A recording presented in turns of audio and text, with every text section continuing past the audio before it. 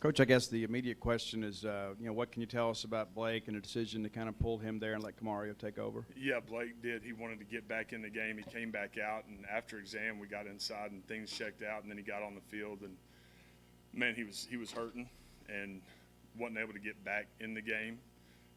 So obviously went with one. Blake did. He felt like he could have got in there. He was going to be very, very limited. Appreciate his toughness for wanting to get back in, but it was the right thing to do to go play one.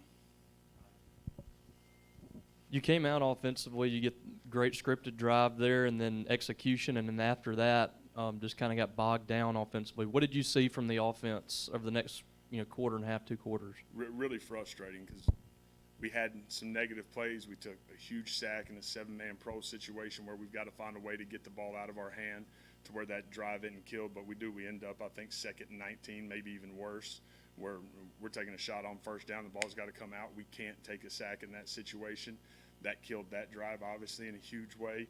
And for us, we have the 2 false starts where we end up in situations where we're 4th and 4 and 4th and 5, and the false starts, that has not been us. It showed up last week, and then have 2 of them in the first half this week. And those are drive killers for us. We're not good enough to overcome things like that in those moments. So very frustrating. And again, had the ability to have some run game going, but we were never able to sustain.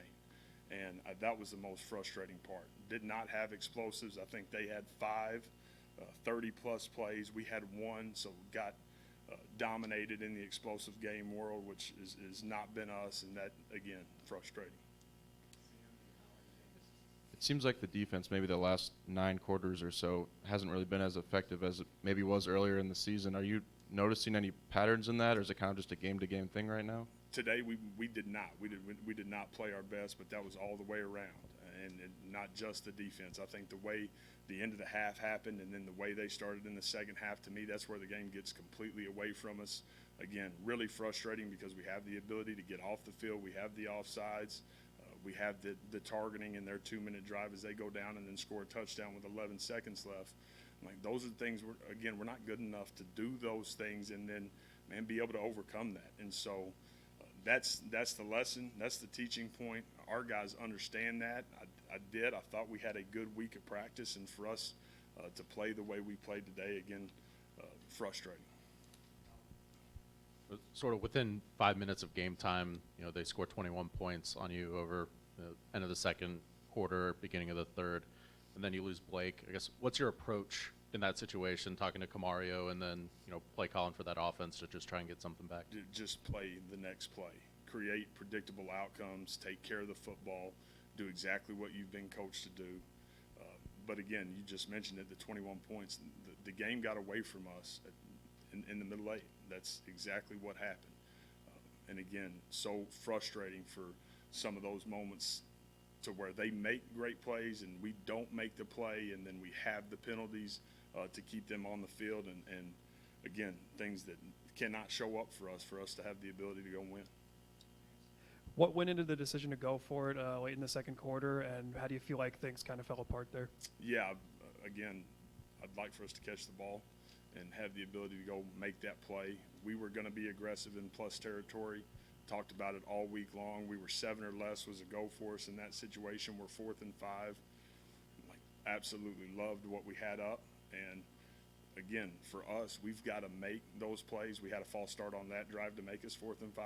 We got to make those plays in that moment. They made incredible plays. Their tight ends made a couple of incredible plays for some chunks. And that's the messaging. The false start kills that drive to put us in a 4th and 5. For us, we were going to be aggressive all week, talked about it all week, and wanted to be able to go convert and go score a touchdown. Coach Kamario, last week had his game, and then even today, amidst the loss, had a really good game as well. Just what can you say about his development throughout the season and what you've seen out of him? Yeah, proud of him for the toughness and the way he was trying to respond in the moment. Just so many things to be able to go clean up. Putting him in the second quarter and having those back-to-back plays. We had the ability, again, that was the false start. We're in a really good call. And, again, don't don't get the play off because we jump at left guard. That was, again, that's the 4th and 5 where we don't end up converting there right before the half. But Kamario's continued to get better. I trust him to be able to go take care of the ball. He made some really good plays with his feet when things weren't perfect. Had the ability to do a couple other things to make some layups, as we talk about. We've got to be able to make the layups at that position, and we'll continue to coach him in that way, and he'll continue to get better and better. I know it's frustrating the way it ended, but the fan support, the buzz that's been around town all weekend, can you just speak to how special it's been the last couple of days? Probably is, I'm pissed off and disappointed because our people showed up, and cannot be more appreciative for what our stadium looked like today, what the town and the community have done to create this energy and this buzz for us. And that's one of the most frustrating pieces of it for me, for us to go play the way we played today. Man, we picked a bad time not to be at our best against a really, really good football team. And that, again, incredibly frustrating, because dang sure thankful and appreciative of our energy and our support that showed up today. It appears the last couple of weeks there's been some success with like the jet action left and then running off right tackle against your defense. I mean, are you noticing any patterns in how teams are kind of attacking you now offensively? We do have to be better setting edges. There's no question about that. The edge of our defense at times has been an issue. We talked about it in the middle of the game today. For whatever reason, again, just getting glued and not having the ability to get off and go affect the run game the way we needed to at the line of scrimmage, to me, was a huge part of it. Man, we got to strike and shed blocks in a great way to give ourselves a chance against great backs and 2 great tight ends in that O-line. Isaac got injured in this game too, didn't come back. Do you have any update on him? I do not. So both those guys obviously get checked out tomorrow and then be able to go from there. What do you lose when he goes out of the ball game, especially that early? I mean, what did you see from the defense without him in there and drawing too? Yeah, again, Ike and J-Man are 2 guys that have had a ton of production, have had this huge impact from a leadership standpoint. Both those guys being vocal and having great energy and playing with great toughness. You lose those 2 guys, obviously, when we lost them.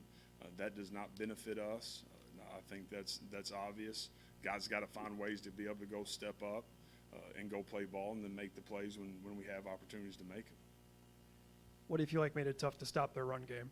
Yeah, I mean, obviously, again, the backs for them did a really good job. They did a really good job targeting, and again, our edges weren't what they needed to be. I did not think we tackled the way we needed to tackle and the way we've tackled prior to, obviously, today. And again, for a lot of frustrating moments, but again, the 2 tight ends that they play nonstop, and those 5 O-linemen, those 2 backs, they played better than we did, and that's the reality of it. Coach, kind of a 2-parter, but what was the message to the guys after the game, and how are you looking for them to respond going into next week? Yeah, the message is we have a lot left in front of us. It's just like I just said in here, we picked a really bad time to play the way we played today. And for us, man, having the ability to be able to get back in the building, to be able to clear it, and to understand we've got this incredible opportunity as we go on the road next week. And I want to see no pity party. I don't want to see anybody feeling sorry for themselves. I'm wanting to see guys with great toughness, great edge, being pissed off about responding the right way and being able to go get in a fight and go win next Saturday. That's the expectation. And every single person inside that locker room has that responsibility. And again, everything always starts and ends with me. All right, so I got to find ways to make sure that we're ready to go play next Saturday night. And then on, I guess, a more positive note, it seems like every time they take a shot towards Kelly Jones, it's a wasted play by the opposing offense, and it seems like he's getting better and better no matter the competition. What have you seen from him in SEC play that has allowed him to become one of the better corners in this conference? Yeah, again, Kelly was a captain for us today because of, man, how he's gone about his business. This is a guy that, as I point to him, he is eager to get coached every day. Like, there's great urgency in him getting coached, and he's fighting every day to get better. He's got this incredible skill set, but what he's done from the first day we got here until today, and what he's got ahead of him is special. So proud of Kelly, proud of who he is.